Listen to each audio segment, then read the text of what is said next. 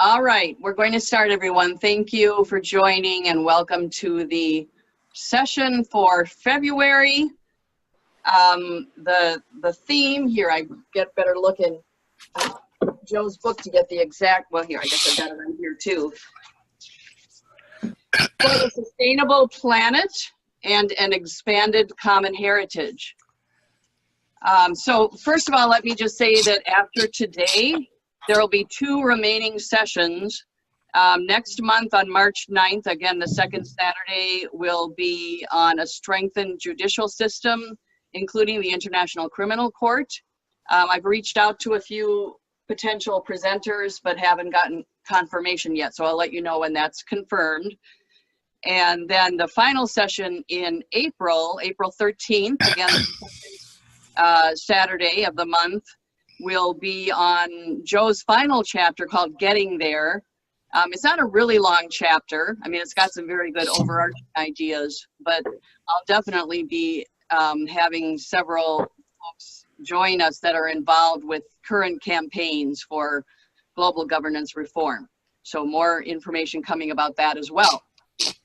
So Gail is going, after this book club finishes, Citizens for Global Solutions National is talking about continuing a book club, moving on to different books, and they want to, for those who would like to participate in that, they'd like to get ideas for books. It'll be again on reform of global governance or world federalist themes. If Gail gets on before we end, I'll have her share whatever she'd like to share about that at the end, because she is planning to kind of run that program. So now our speaker today, I'm sure you saw an email, our speaker today was world-renowned J. Drake Hamilton, who is Science Policy Director at a locally based nonprofit called Fresh Energy. We know, those of us who are in Citizens for Global Solutions Minnesota and just the Minnesota community know Jay very well. She's given talks at the CGS Minnesota events over the years several times. Outstanding speaker, outstanding person who can really communicate to the public about climate science and things we can do that are very effective, and their organization is doing some very effective things. So very unfortunately, I actually saw her give a talk last week.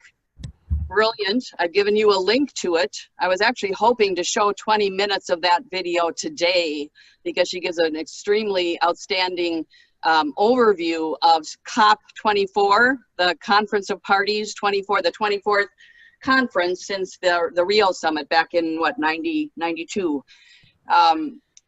So I saw her last week at this talk. I was back about 3 rows. After the talk, she said to me, now that that talk was completed, she would start preparing for our book club. So basically we were her next talk. And she knows Joe Schwartzberg extremely well. In a sense, she and her husband were, I think Joe was a mentor of sorts for both of them. And so she asked me for this book club today, could I please find a photo of Joe at the Rio summit in 1992, because she was very well aware that he was there. So I didn't find that. Anyway, very unfortunately, we've had terrible freezing colds, icy, snowy weather here. It's either snowing or it's well below 0. She slipped on the ice between her garage and her house and fractured her skull, was unconscious until a neighbor found her. She's now in ICU. I sent you the link to her Caring Bridge page. I mean, right now she's heavily sedated, so she's basically in a forced coma, and they're having to monitor brain swelling, but then also enough brain blood getting to the brain and doing various tests, and I'm sure she'll go in surgery again. It's pretty serious. We absolutely hope that last week's talk was not her last talk, that she can give on that. But in the meantime, my hope was to watch this 20-minute segment of the video. I will send you after this call the section of, I think the video is probably 40 minutes long.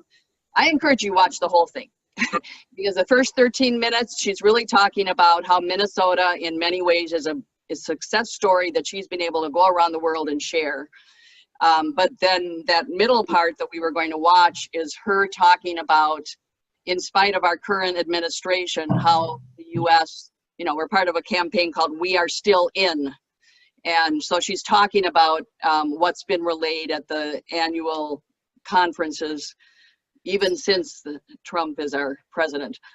So well worth watching. What I'm going to do, and I'm an extremely poor substitute for Jay, but I thought we probably had to continue since we only had a few days warning. I'm just going to give an overview of what Joe covers in the book. We can have a discussion. I've asked David Otten in particular to join us because he just recently wrote an essay that was published in a St. Louis paper. He lives in St. Louis, Missouri, or outside of St. Louis, on the weakness of the treaty system and how important international law is. And I thought that fits so nicely in some of the things Joe talks about. So I'll have David share that as well. So with that, I am going to, if you read, I don't know if you read how many of you read the chapter, but at least the study guide, I felt in this case, we did a pretty good job of summarizing the chapter in the study guide. So I'm going to share some points from the chapter, you know, inject some things into what is in the study guide, but basically give an overview based on that. So Joe first talks about two increasingly dysfunctional paradigms. And I will say, you know, this book was published in 2013. You realize he would have written it probably a couple years before that. In some ways it feels a bit outdated because he's stating things that are like so obvious to all of us now. And in fact, so much more is known about the seriousness of the problem. So realize that he was writing this in probably 2011. And I think everything he shares is even more so now than it was then. But these two paradigms that are very dysfunctional, he talks about, first is the notion that economic growth is ipso facto good, must be supplanted by the belief that future growth must be sustainable. And in the book, he has a great sentence where he says, stewardship should replace exploitation as the dominant method of resource management. So the idea of sustainability. Secondly, is the belief that all spaces or things should be under the exclusive control of sovereign states, and that within a state, all things may be regarded as commodities subject to individual ownership. In many situations, this idea must yield to the common heritage principle that portions of our environment must be regarded as belonging to the whole of humankind. So those two paradigm shifts are the foundation of his proposal. He talks about the SDGs. Of course, we're all familiar. In 2015, they were adopted, 17 Sustainable Development Goals with 169 specific targets to be completed by 2030. But of course, there's no meaningful enforcement mechanisms for these. And the quest for short economic gain is always winning over the wisdom and long-term welfare of humankind. He talked about the global commons, or the common heritage principle, and how that needs to be underlying how we look at our planet. And he says parts of our global environment, such as the atmosphere, the electromagnetic spectrum, the high seas, Antarctica, the moon, and outer space should be shared and managed by the whole of humankind. And to the extent that their use generates wealth, that wealth should be equitably shared. Certainly that last phrase is something that is virtually never considered. Now, talking about treaties, he talked in the book about how the treaty controlling the land that's Antarctica has actually been very effective, and there's been good cooperation among nations. So that's one, you could say, success story of a treaty. And also in terms of space, you know, there's been multinational cooperation many ways in space exploration. But then he gave one key example of a less successful treaty. And I know Joe did a lot of research and work on this, the Convention on the Law of the Sea. And he said, you know, the efforts for that resulted in capitulation to the territorial demands of coastal states for a 200 nautical mile exclusive economic zone outside of every country, every islands, every land, this EEZ. And so I encourage you to read, if you have, on page 280 to 283, where he talks about this process and what that actually means. He says in there, in the book, page 282, he says, given the complex configuration of the world's oceans and their irregular punctuation by individual islands, EEZs occupy an enormous share, approximately 39%, or 54 million square miles of oceanic space. So this is supposedly privately owned and not for the common good. To this, one must add several million square miles of continental shelf, subject to some degree of control by individual states. So I think, David, David Otten I'm speaking to, if I could ask you at this point to share kind of a summary of the wonderful essay that you had published recently. As I read that yesterday and then read this chapter yesterday, I thought it was such a great fit. If you could share that right now. Okay. The reason why I submitted this letter to the St. Louis Post-Dispatch, and I hope that people around the country would write similar letters to their local newspapers, is to have people think about the problem of trying to establish world order based on international treaties. And of course, I think the current system that we have is better than no system, but there are many problems with trying to establish world order based on treaties for many different reasons. And the most immediate example that came to mind, of course, was the Trump administration's decision to withdraw from the INF Treaty, the Intermediate Range Nuclear Treaty with Russia. But the Trump administration, of course, we all know, has also decided to withdraw from the Iran Nuclear Treaty and from the Paris Climate Treaty. And the other problem, of course, other great example is the Non-Proliferation Treaty concerning nuclear weapons. According to that treaty, nations that possess nuclear weapons agree to get rid of them, and nations that do not have them agree not to get them. But of course, the problem with North Korea and other countries is over the trying to acquire nuclear weapons. And of course, that's all in the name of national security, that if a country has nuclear weapons, then it feels it's not going to be invaded. Maybe that was Saddam Hussein's mistake. But at least North Korea, because of its nuclear program, is attempting not to be invaded and overrun by other countries. But the problem, of course, with running the world on treaties is that they're simply contracts. They're agreements that in many cases are not binding. First of all, nations are not even required to enter into treaties. And when Joe talked about the Law of the Sea Treaty, the United States is still not a party to that treaty, even though it follows most of the principles. But the U.S. Senate in the last 20, 30 years has pretty much refused to ratify U.S. participation in international treaties, because under the U.S. system, international treaties become part of our national law, according to the U.S. Constitution. So the problem with the U.S. government is not entering into treaties and then not following all the treaties that we have been a part of. The other major problem is with the International Criminal Court. That's based on a treaty, the Treaty of Rome. And so far, I think about 130 countries are a party to that treaty, but the United States, Russia, and China are not, along with about 70 other countries. And the reason for that, for the three countries I mentioned who are permanent members of the UN Security Council, is because they wouldn't have a veto over prosecutions that take place in the International Criminal Court. The United States government, of course, is worried that U.S. citizens would be tried in an international court. Of course, that's a misunderstanding of the international court to begin with, because that court is a court of last resort.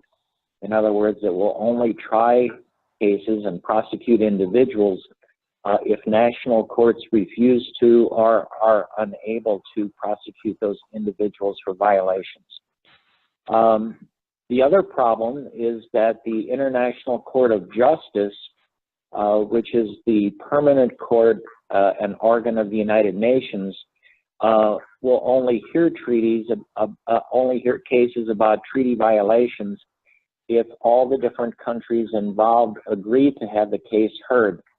But a famous case happened about 25 years ago when the United States and Nicaragua had their case heard by the International Court of Justice when the United States was mining the harbors of Nicaragua.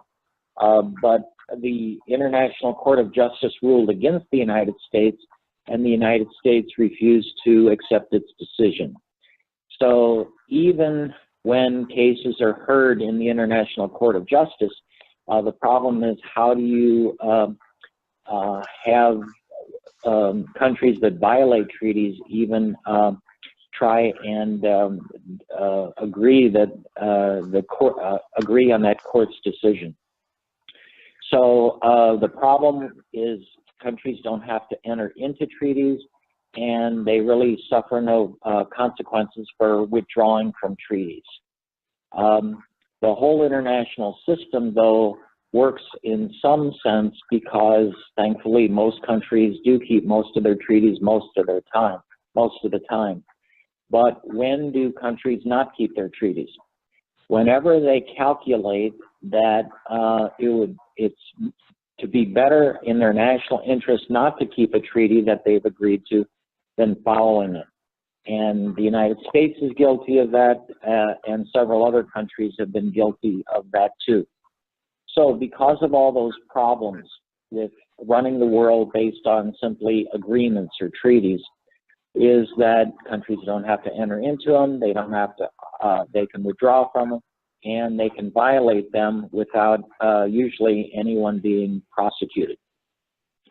So that's where, of course, I stress the World Federalist theme, that because of the problem with all those problems, that instead of treaties, we need to have a system of world law, where a world parliament based on representatives from all over the world, just as Joe, of course, argues with the weighted voting system or some other kind of formula, where they would create world laws that would apply to all individuals.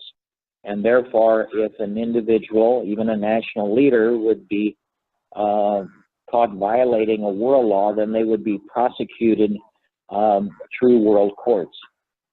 And of course, as World Federalists, we would say that the big advantage to having a world federation is it would outlaw war, that conflicts between nations settled by war, and countries wouldn't need weapons of war, but rather conflicts would be settled in the court system. There would be binding arbitration between countries whenever there are conflicts. And I think the most obvious need for that, of course, is in the Israeli-Palestinian conflict. That conflict has been going on now for over 70 years and probably will not be solved in the immediate future unless both parties agree to enter into binding arbitration.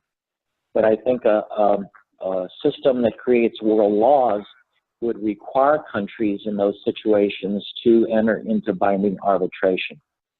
So all I did in a few paragraphs was to try and explain our main argument that there are major problems in the way in which we currently organize our world through treaties, and therefore we need a system of world federation and world laws.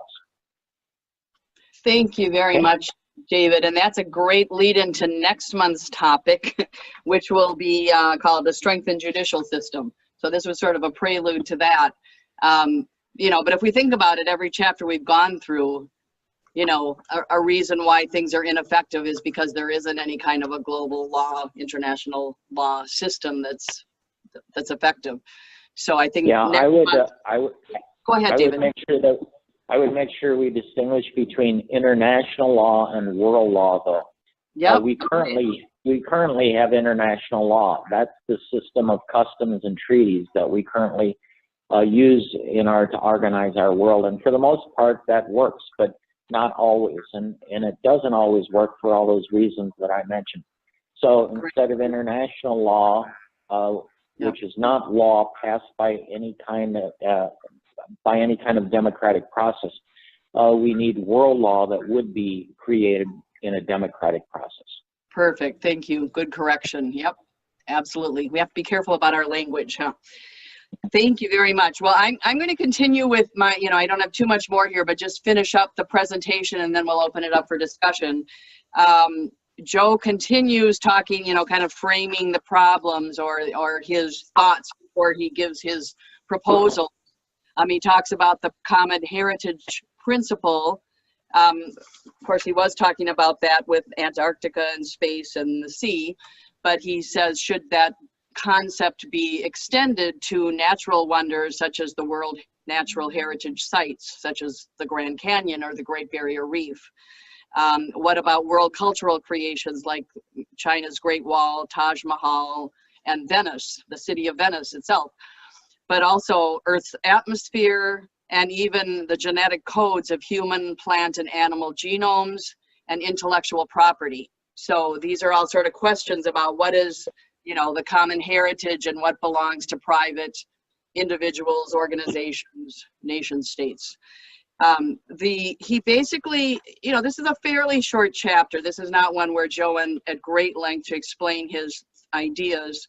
But the first one he talks about is to expand ECOSOC to include environmental. So instead of just being the Economic and Social Council, it would become the Economic, Social, and Environmental Council.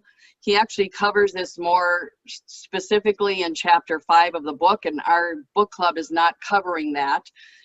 It's a kind of detailed, I thought, for a discussion group, but you can go more into that idea if you'd like to look at his chapter 5.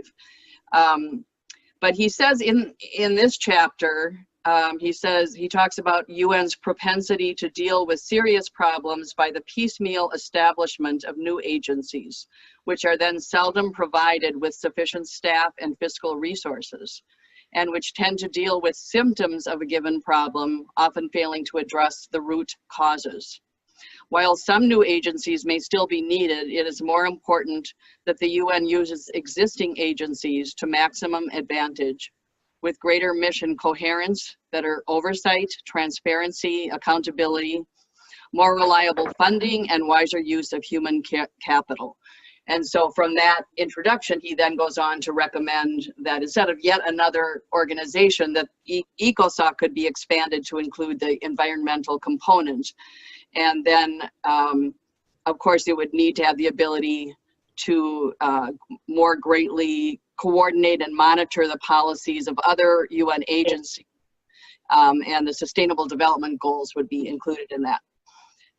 He says policy formulation of this ESEC would need to reconcile demands of stakeholders with markedly differing perspectives, accept the policy implications of scientific evidence, promote an ethos that puts global welfare, intergenerational equity ahead of the near-term interests of nations with rich resource endowments and of corporate growth, and establish a credible system of sanctions for rule violators.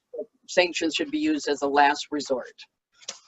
Then his second proposal is establishing a UN Common Heritage Council comprised of, he suggests, 60 experts to serve as in an advisory capacity for the General Assembly. Council members would represent all major sectors of the scientific community, the humanities, including law and theology, and the private sector. These experts would be drawn from all major regions of the world, include representatives from indigenous communities, landlocked small island states, landlocked and small island states, and be gender balanced. So that's his second recommendation, this Common Heritage Council. And the third idea, he talks about establishing a carefully considered international principle of eminent domain, enabling the UN to regulate and tax the use of portions of the environment, especially in the oceans and atmosphere, of vital interest to human society. So he suggests that this eminent domain principle should reclaim the greater part of the world's EEZs, these zones in the ocean that are taking up 39% of the ocean space, assigning that to nation states, and also should extend to the atmosphere. This portion of our common heritage could become a major source of UN revenue. He's talking about fees paid for radio frequencies, telecommunications, air travel, etc. That the financial benefit of those things would come to the UN, which would then be distributed equitably to all of humanity. So those are some, those last two especially are some pretty bold ideas. I don't know if anyone else has had those. Joe has some questions in the guidebook, but I think I'll just open it up generally. I mean, my feeling, my guess on this call is we've got some folks much more with much more expertise than I have in the sustainability, climate change field, and I'll just open it up now for any discussion that we have. David Lionel. Oh, I'm sorry. You know what? I muted everybody as David Otten was talking, so I'm going to unmute all. There we go. Everybody's unmuted now. Go ahead, David. Well, I was just very conscious that just what Joe has there, all the activists were there at COP24, and for the most part, they don't have this structural consciousness. They just have principles and complaints about the current system, but tend not to propound structural changes, specific structural changes, especially what the UN never does is provide an agency, not really, as Joe says, an enabling infrastructure, and never any financing, ever, ever, ever. And also that isn't Hello? Gail, hi, you're joining in the midst of the conference. Thank you for joining. Yeah, sorry, my computer decided to do some update or something, and I wasn't able to get in, but I found the call in. Sorry. Okay, that's great. Well, I just finished a presentation, and David Lionel is the first person to start our discussion. I suggest Go ahead, David.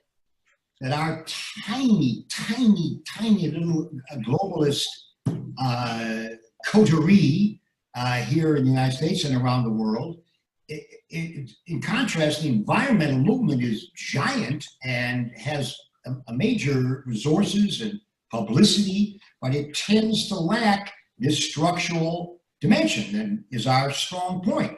And if we were working with them to add this element into their agenda, the different groups, 350.org, etc., and even the Green New Deal, which is making fantastic progress. I was into that 15 years ago, but I'm astonished that it's actually happening. But you'll note it will have nothing about any kind of a global environmental governance. Won't be in it. It's only nationally focused, which is all very good, the national part, but it lacks any acknowledgement of the global context, which of course the environment cannot be sequestered. Just the American system is insane to talk environment without any consideration, but that's where it is, and this is an incredible opportunity for our game to penetrate those groups with this consciousness, and that is the best thing we can do. We could do that on other these major groups, but specifically in the environment, this is a tremendous opportunity for this movement if we go that specific way, rather than trying to get World Federation this week, which is going to be more difficult. We're doing it ourselves with our very much under-financed and underpopulated group. There you are. That's my time. Bye. I'd stay, but I have someplace else I have to be. That's just it. Can't do it. Okay? You have to leave, you said? I have to leave. I'm bye. You're not going to see my... Well, let me say one thing to what you just said then, David, and that is that a bit more of an uphill battle than what you indicated, because I think it's not that our young people, our activists in the world are not, it's not that they're not aware of the structure being ineffective, but I think there's so much distrust of the structure, assuming that it's run by corporations, by big money, by the powers that be. So it's not only they don't think about it and let's get it on their radar, but there's a huge trust issue and a democratic deficit. We would all admit that there is a huge democratic deficit in the system, and that big powers are controlling much of it. So it's not only they're not thinking about it, let's get them to think about it. That's all I wanted to add to what. Well, I think that's what you're saying is correct, but I do think there is not that much structural consciousness. But I talk about the European Union is definitely an example, been captured by finance capital entirely, austerity, etc. And that's what's producing the opening for this whole fascist thing that's happening, because the EU isn't concerning itself with the real welfare of the majority of the people. It's not. And it's a wonderful, more global structure. It's good, but it isn't being used for proper ends, for collective, common ends, and so it produces reaction, in fact, which can be exploited by certain very small interests. I agree with that. So that's an issue. I agree, the trust. But I think the structural thing isn't in their consciousness as much as you might, as I hear from you. I don't think it is there. I would agree that they're both viable issues, and how to build a structure that can be more assured that it will serve the common interest. I would agree. That's a challenge that I think we haven't dealt with adequately about world government in general, and this area too. How do we keep it from being captured like the EU by the few, the powerful, the rich? That's a real issue. Any kind of global structure. That's a danger, I think, that's very real. Well, thank you for joining us, David. You have to take off. Go ahead. Gail. This is Gail. Say, David, you have a kind of echo, so I can understand you, but with some difficulty. So just thought I'd mention that. I know. I don't know if there's anything you can do about it. In this space, and it has an echo, and I stopped doing audio recording in this space until I can make us some kind of pillows here or something like that. I don't usually have to use this room for this kind of purpose. But thanks for that sharing, Gail, to remind me that that is an issue right here. I have a better microphone. Still a problem. This room is echoey. It just is.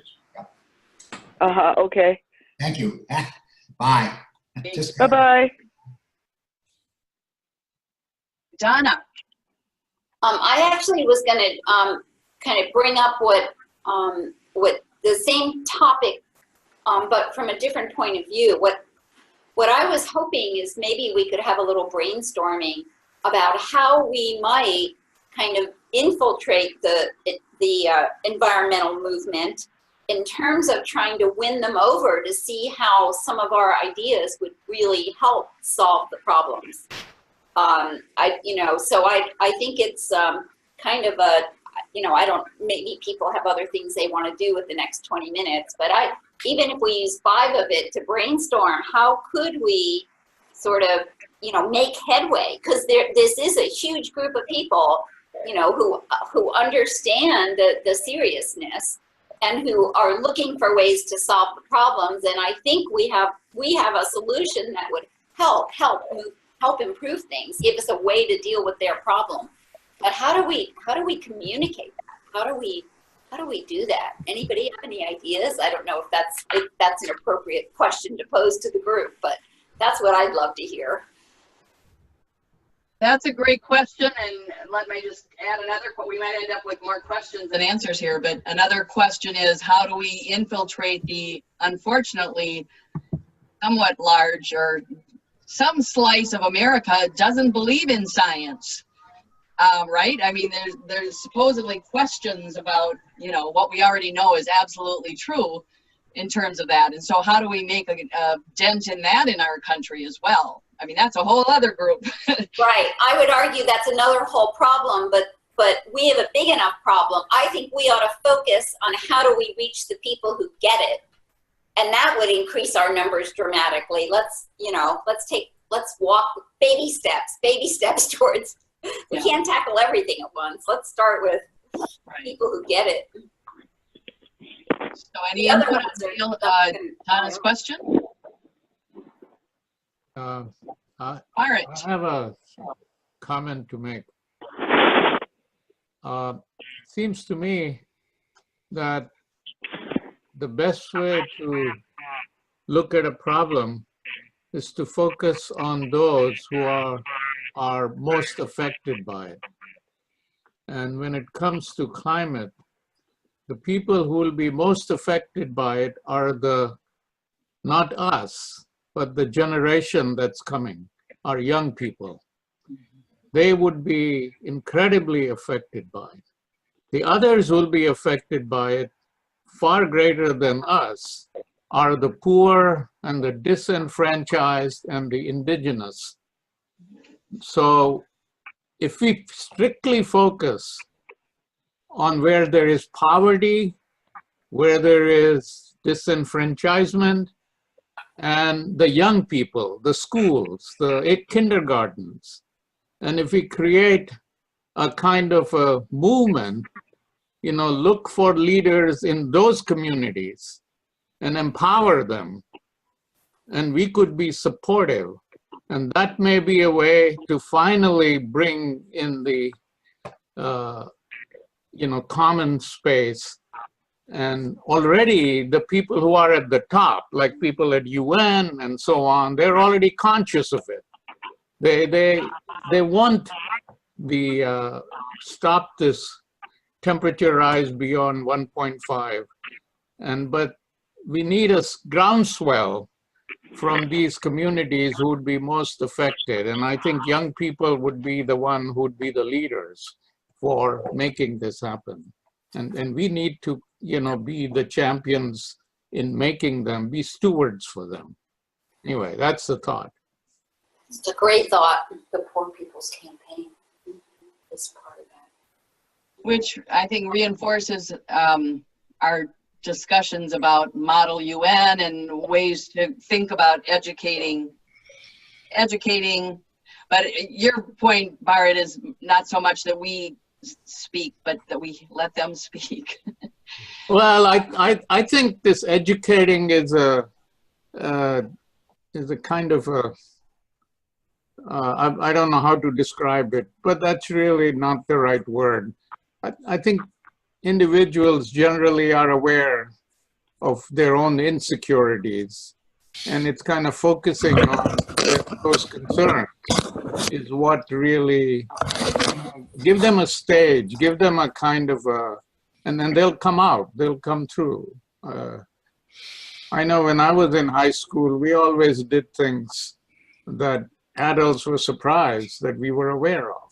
And I think we have to recognize that just the fact that we are born and we grow up, we have all these curiosities. And the world is so much more exposed to us now that everybody knows about with social media and everything. So it's a matter of just sparking the light, and fires will grow and awareness will come. I see that happening in some indigenous communities in India, for instance, as well as among the, the slum communities. They seem to kind of take the issue in their own hands and are making progress. They're at the very bottom. Anyway, maybe somebody wants to respond or add, subtract. This is Gail. I think I constantly am thinking we need to get the developing world, the global South perspectives that has been missing. And I don't know how we do that, but it's crucial, because if we don't, they won't be better represented. And the whole point is to better represent the people who are presently not being well represented. So I relate to what you're saying very strongly, Bharat. And I would add another population to what you said, which is those that are already being severely affected by global change. I mean, many of the island nations near the equator, for instance. Yeah, Right. very much so. Right. So, I mean, this is kind of exciting. I feel like I want to bring this back to our Minnesota chapter of CGS, the idea of giving the stage to those populations that really are going to be affected or are being affected. I have some young friends, you know, late teens and early 20s, who the fear and the anxiety that they feel about these global issues is so visceral. It's so real. And, you know, it's not theoretical to them. This is their future. This is like, should they get married and have children or not? I think, you know, I mean, it's so real in their lives, the fear related to it. So thank you so much, Bart, for sharing that. The citizens of Miami would be another target we could. David, is that? Oh no, Tom, you got to speak up a little bit. How about the citizens of Miami as a group who will be affected by climate change right here in the United States? Right. A good target. I did want to answer, throw out another idea, answering Donna's question of how can we get our structural ideas into the climate community. And that is, if we could start talking to the leaders in Al Gore's climate change project, see if they would be interested in talking about World Federation and world law as a part of the solution to the climate change problem.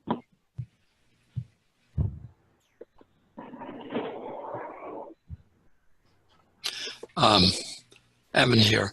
I did listen to the entire presentation by Jay, which I thought was very impressive, that the economics has shifted, that and Minnesota has made amazing strides really in both growth and conservation at the same time, and that it's really possible to move very quickly. I'm so happy that Jay and her group represented the United States at the climate conventions in Poland at a time when our own government is, I think, revanchist, I guess is the word, trying to reverse history that is irreversible. I do think that climate change is a moral issue because it does concern the welfare of future generations. And that is something that I think many churches and religious leaders are concerned with and able to articulate in a moral framework. And I think that is something that we should be working on as another port of entry into the debate, and also where we can introduce ideas of world governance and structural provisions. I do agree entirely with David that there is a democratic deficit. That is to say, what's essential in all of this is legitimacy of whatever regimes are established. And I think that representation is a critical element of it. So I think that, and it doesn't need to be, I don't think that that world government needs to be established all at once. I think that there can be sectors of world governance, such as climate and things that impinge on climate change, and as well as other areas such as world trade that can be separately democratized and eventually brought together, presumably in the UN or something that is a transformation of it. So I think there are all these different avenues, but we're confronted with economic power, and we've got to confront it, I think, in as broad and intelligent a way as we can. Thank you, Evan.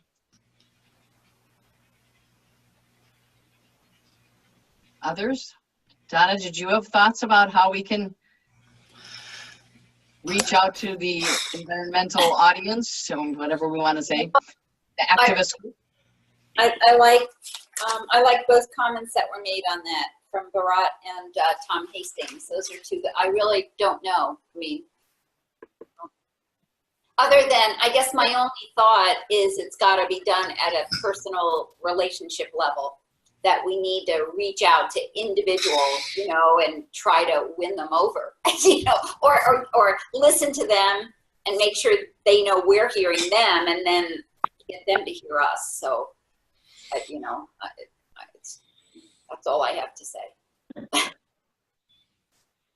And I would say there is a growing sense, you know, what the UN 2020 initiative group is calling their meetings now is crisis and multilateralism. I mean, I think in some ways, because of the drive toward nationalism in our country, but also several other countries around the world, that people are becoming more aware of the dangers of that. And I mean, just to mention two big in terms of finances groups that I'm aware of, the Global Challenges Foundation. There's a billionaire in Sweden who started this, you know, he had an essay a contest where people could submit proposals. I think you're aware of that. Now, out of that conference, out of that campaign, then they have different working groups, and I'm involved with two of the working groups. I mean, I just had the honor of doing these things because of the Workable World Trust that Joe started, of course. I was also contacted by a person who was the CEO of Nexus, which now is starting a philanthropist group. I don't know if it's only America or if it's around the world, but especially a lot of young, you know, they may have inherited their money from their parents, or they may have, you know, come upon it themselves through IT or whatever it might be. But a lot of them have a lot of money and are looking for how to engage those funds. And this is basically on global governance reform. So many of them don't know, but they're all of a sudden sort of on the bandwagon of realizing that this is something that's really important. How are we organizing ourselves for global problems is what CGS has been talking about for many, many decades. So I think becoming aware of the ways that message is already out there and kind of starting to unite the different forces is another key thing for us to do. I mean, for instance, if we look at 350.org, I would guess there are ways that they have been talking about the ineffectiveness of, you know, what's happening on the global level. So there are ways to tie in with that education as well. I'm talking about self-education or self-awareness. This is Gail. Hi, Gail. I think maybe the number one thing that could help is to do away with war, because whenever there's a war, it uses incredible amounts of energy. And the U.S. is the leading warmonger. I mean, I'm distraught because in his State of the Union address, essentially Trump declared war on two countries, namely Venezuela and, in a different way, Iran, because he was reimposing sanctions or something on Iran. Well, sanctions are a form of economic warfare. And he was not out, you know, ruling out an outright military option against Venezuela. And nobody even really noticed. I mean, nobody commented. And I find it very, you know, I'm truly a global citizen. So when something like that happens, I feel almost as strongly as if, you know, for Venezuelans, I have visited Venezuela in the past, but I feel almost as strongly as though Russia were, you know, threatening to attack the U.S. Anyway, I digress. But war is certainly a big factor. Mm-hmm.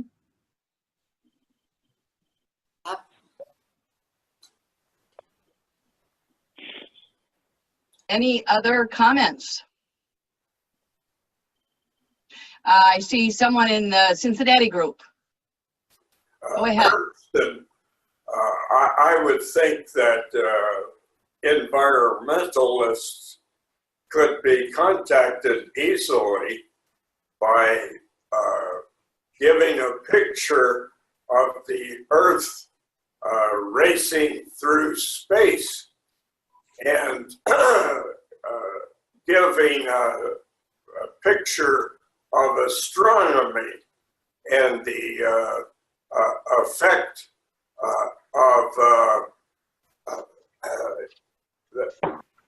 that we're one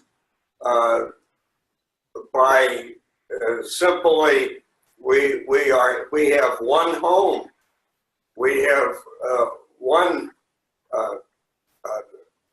we're interconnected by the fact that we have just one place that we're on, and physically we're one. We're connected physically, and we have been connected for millions of years.